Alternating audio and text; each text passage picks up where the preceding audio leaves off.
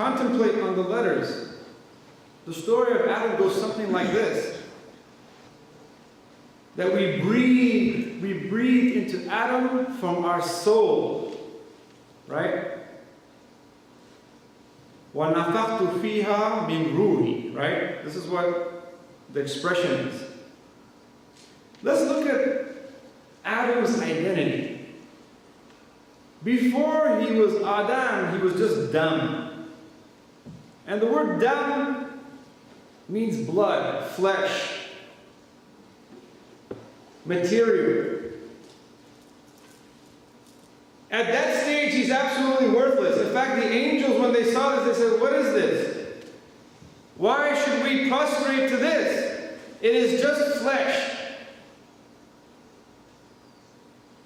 But because the Almighty breathed the Aleph into him, he became Adam. He became soul and flesh. And this is our identity. And that is the miracle of his name. That his name is telling us the DNA of our physical and spiritual reality.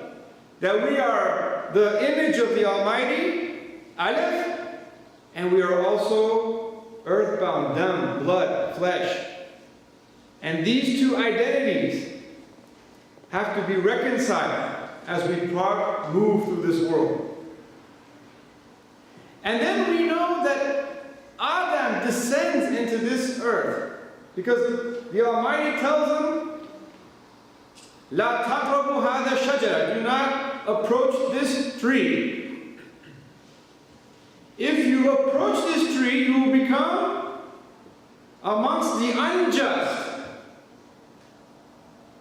You see, if you want to build a divine just state, you have to know the root of injustice. The root of injustice is right here.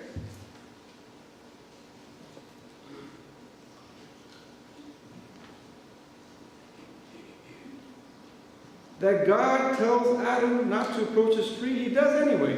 But what's the story here? So Adam is now sent down into the earth. Is that good or bad? What do you think?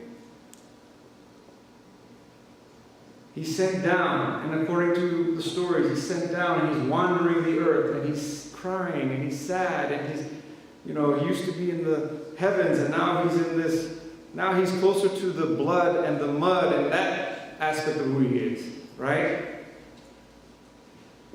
And then, by the end of the story, the reprieve comes.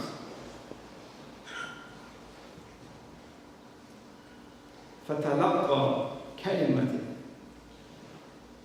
آدَمَ كَلِمَةٍ مِنْ رَبِّهِ. And the word came upon Adam. The kalima. See, before, he only was taught the names of things, but the kalima he gets when he's in the earth. You know the difference between es and kalima? Remember, at the beginning, Adam was taught the names of all things. Names is just the labels and the surface knowledge. Kalima is something whole different, something totally different. Kalima is the knowledge of the essence of things, the hidden aspects of knowledge, the knowledge of the Aleph. See, Adam was not aware of his own Aleph. But he had to come down to the mud, he had to come down to the earth, he had to come down to the zulumat, so that he could start to learn and progress back and ascend back. And this is the journey we are all on. We are all, when we say inna lillah wa inna ilayhi raji'un, that means we come from up there and we're going to actually a higher place, which is the knowing of the reality and the knowing of ourselves and the knowing of everything. And in that, there is a sweetness and a pleasure to know ourselves. Like Imam Ali said, and I said, whoever knows themselves knows their Lord. Everything is within us. Your destiny is within you. Your reality is within you. It is we who are guiding this process. It is between our ears and it's beneath our chest and all the other dots within our existence. Our job is to connect the dots, to make sense of the world. It's okay to be, I don't know if you've seen the bumper sticker, not everyone who's wandering is lost. Wandering is part of the process. So yes, Adam made a mistake, but Adam made a mistake that he was supposed to make. So that the journey of knowing, the real knowing, could begin. And we see that pattern of story in almost all of the prophets. Yunus, peace be upon him. God tells him to go to Nineveh. He decides to go the opposite direction. He has to be thrown to the depths of the Zulamat in the sea. And that's when it hits him. That's when he realizes what he's really supposed to be. You see, who we are supposed to be, the Aleph within us is not very intuitive. It's not the part that comes immediately to our five senses, to our sensory experience. We have to actually do certain exercises and do counterintuitive things in order to reach that part of who we are. And so, in this journey, as we mentioned last night, the journey of truth begins with saying no to the part of us that's flesh. The part of us that's transient, the part of us that's limited. The part of us that wants to decorate the motel. Remember? Instead of get to the destination. Because it's short-sighted, it's impulsive. We call this the reptilian brain. The reptilian brain is like a lizard's brain. It can only respond to immediate stimuli and it doesn't really advance to higher ways of thinking. Doesn't conceive abstract things, it doesn't do that. But when you are afraid or when you are in a state of fear, it shuts off the rest of your cognition, and that's what you start functioning on that frequency.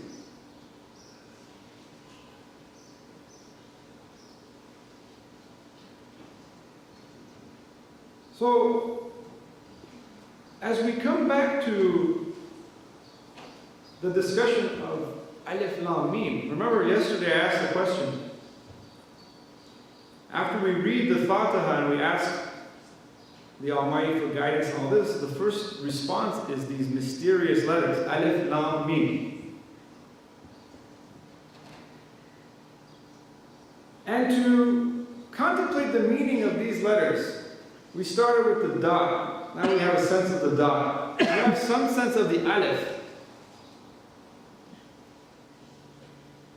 But the Aleph itself is, remember the whole story. Remember we talked about the saying of Imam Ja'far as-Sadiq alayhi salam. He says that if the Almighty had just revealed one letter, the Aleph, it would have been enough. But the human beings would be confused. That's why we have the languages we do. We need to slow things down. We need to slow down the knowledge. We need to go through a process. We need to analyze things, break it apart. We have to. That's what learning is. When we go to school, we're doing analysis. We're breaking things into parts so that we could slow it down and think about it. But we know that we have to at some point do synthesis, put all these parts back together, right? Because that's how it really functions. The world doesn't function in isolation of like physics, chemistry, and no, the world functions in an integrated way. Our brains function in an integrated way. Our soul functions in an integrated way. That's why one of the biggest travesties of modern education is this, is that it has split the soul and the body. And the Greek philosopher Aristotle said that an education that doesn't attend to the soul is no education at all. Think about your whole educational experience. which is, by the way, the process of acquiring letters, right? Think about it. How much investment do you do to have an MD by your name, to have a PhD by your name, to have a JD by your name? If you want to know the power of letters,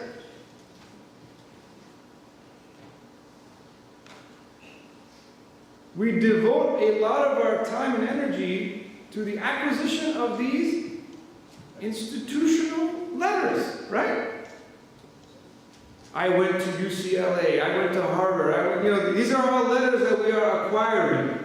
The first letters we acquire is the name our mother or father gives us.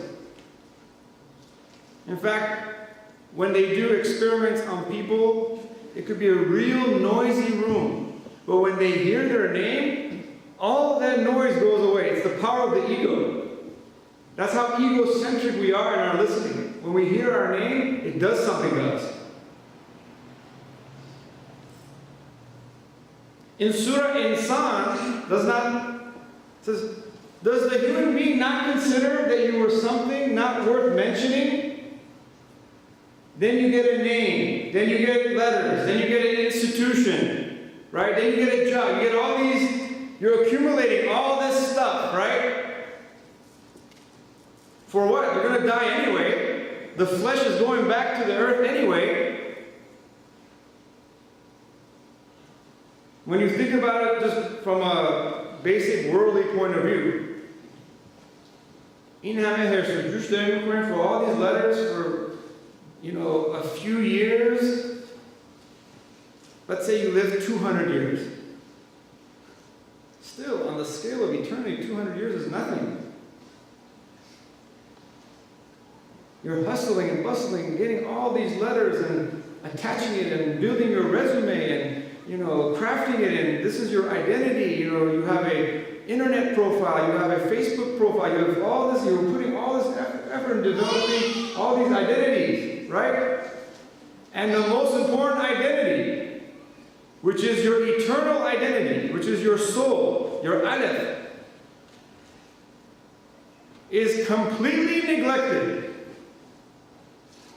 If it's given any attention at all, it's given the leftovers of the energy you've put into all these other things. This is our dilemma in today's world. We have to flip that ratio. No one is saying don't do any of that. Don't get me wrong. But the ratio, the script has to be flipped to some extent, right? We were not made for this world. The world was made for us. To, as Amir Al-Mu'min says, Ad-dunya mazrat al-akhirat, that this is a place of harvesting and planting and working for the eternal abode. Al-akhiratu khayrun wa abqa, the eternity is everlasting, it's sustaining, it's who you really are. It's your spiritual identity. And what's interesting, and I'll conclude with this. How much time do I have left? Last point. One of the interesting things that I discovered recently was that when the divine just state is established, something interesting happens, and this is this, that our last names become changed. I don't know if you ever heard this before. So the Mahdi or the Moshiach or whoever the divine Khalif, the representative of the divine is, to become a citizen of that divine just state, you get to keep your first name, but your last name changes. Because everyone, what do you think that last name might be? Should I just leave it like that? I know you guys don't like it when I leave a question and don't answer. But I might do that because I have 5 nights still, so. I am aware of the questions I asked that I haven't answered, but what do you think that last name might be?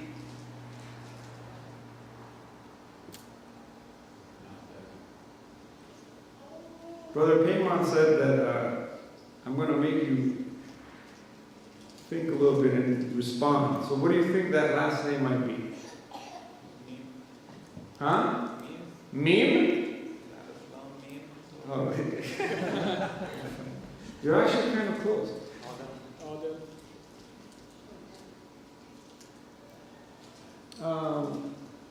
Not that it's not that, but good thinking though.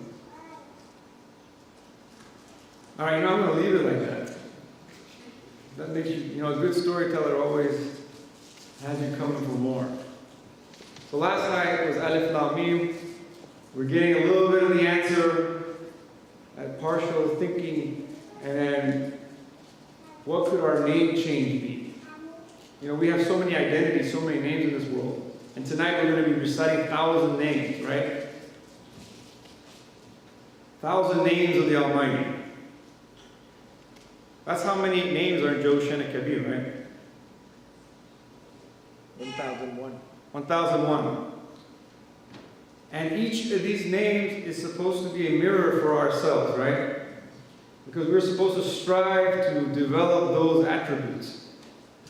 And so, in the divine just state, we have to take on a very different identity than who we are right now, right? And that change of name is an indication of that, is a passport to the divine just state.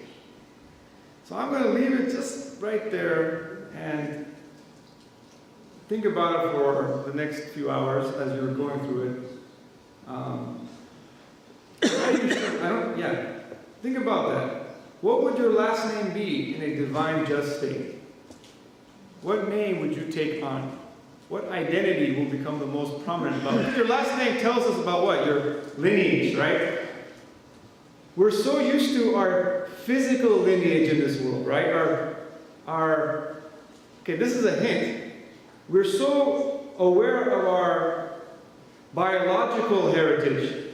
If you've done DNA.com, Ancestry.com and all these, like you could go and figure out where your ancestors have been and all this, it's all in you, right? And those are all letters too, right? Your DNA, all your whole genome is all basically a combination of 4 letters. Does anybody know the letters of their DNA? Can you recite it? But it's who you are. It's not only who you are, it shows us where you've been. What have all the historical processes been to lead you to where you are today? So that's our physical life. That's our dam, our flesh. You take a blood sample, you spit. Actually, the Ancestry.com, all it takes is saliva. You send your saliva, and they can basically profile what part of the world you're from your saliva. So the next time you think about spitting on someone, remember you're giving them your whole identity. That's the irony. So the hint is this, that the name we acquire is not about our physical heritage. It's about our spiritual lineage. And just like we have a physical lineage with parents, we also have a spiritual lineage. And wouldn't you want to know who your spiritual father and mother are? أقول قول هذا وأستغفر لكم الصلاة على محمد وآل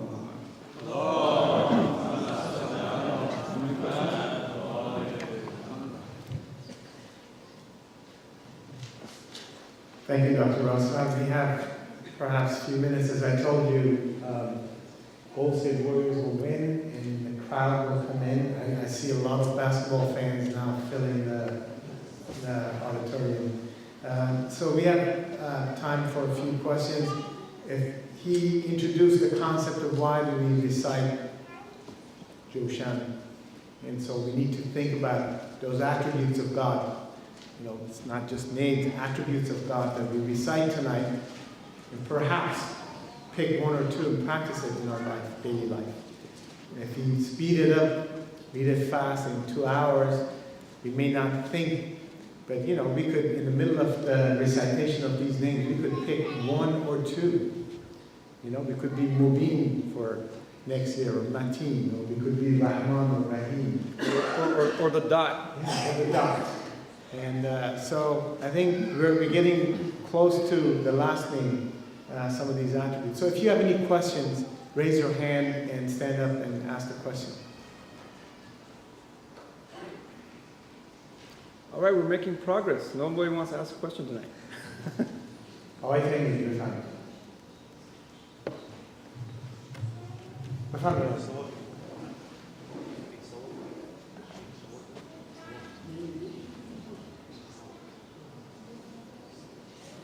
کسی از سوال داشته باشه به فارسی هم میتونی سوال کنی.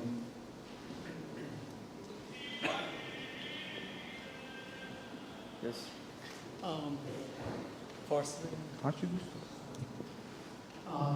قبلا گفتید از اینکه دلیلی که انسان از بهشت به زمین اومد در قرآن آیه هست که میگه که بعضی از شما با بعضی از شما دشمن بودید و دشمنی کردید و لذا ما گفتیم که بیاین به زمین. میشه توضیح بدید در All right, this is a good question. It's about the descent or the fall of Adam. So, if we look at the Christian narrative, it's the fall, they call this the fall from grace. Right?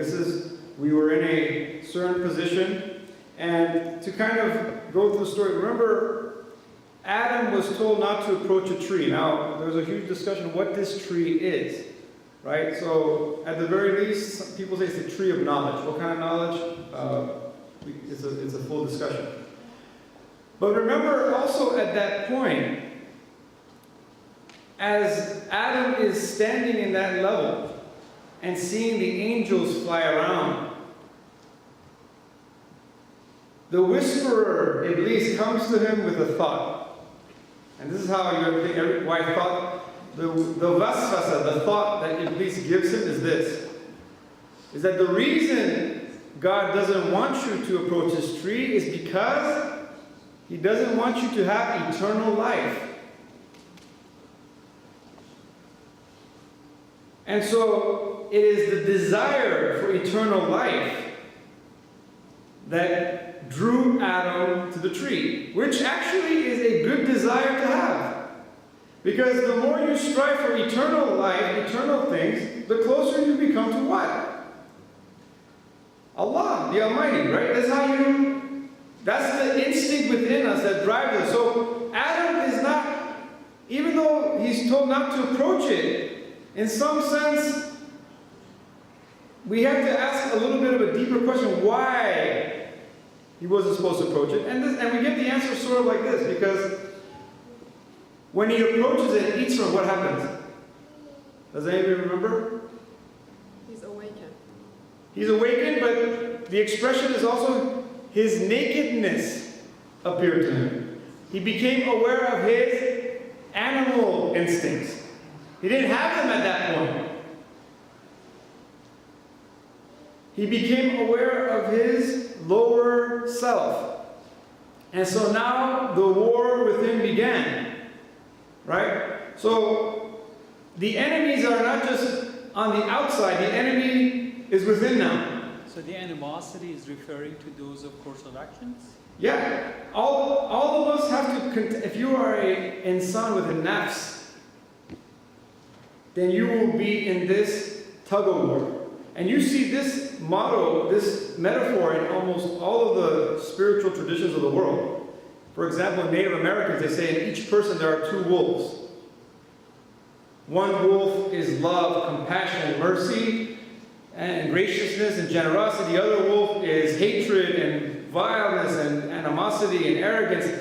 And the child asks the mentor, which one wins? He says, whichever wolf you feed. If you feed that wolf, that's who you become. If you feed the other wolf, you become a divine being. So the root of this enmity and becoming enemies is now we have this nafs. And the story of the nafs is a very extended one. The nafs does not see beyond itself. I mean, if you really want to summarize all of sin into one word, it's the word ana. Right? Shaitan says what? Ana khayra min. When he doesn't prostrate to Adam, he says, Ana khayra min. I am better. That I-ness is coming from something less than the Almighty, something less than the Absolute. But that I-ness is also an engine of our, it propels us. So it's not that that is bad, that it needs to be in its proper position. And that's where the root of injustice is. Justice means when things are not in their proper position, they're not calibrated correctly. See, our spiritual identity should take precedence over our animal identity. But when the ratio changes, we start to become victims of the tyrant of the self, right? And then you have a tyrant for our collective come out, right? And that brings us also to kind of the other chapters that we'll be talking about, Surah Rum.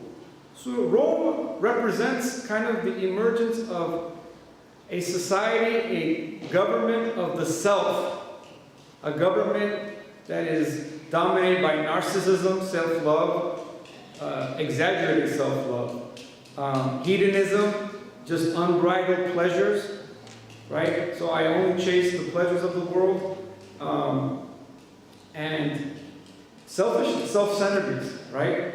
So that is our principal battle. That is the root of sin. That is the root of enmity. And we are constantly battling. That's why we call this the Jihad Akbar, the great jihad, right? The great jihad is striving against the lower self. So doing it to each other really in a larger context means you're doing it to yourself. Yes. Yeah. Okay. All right. Sarabak.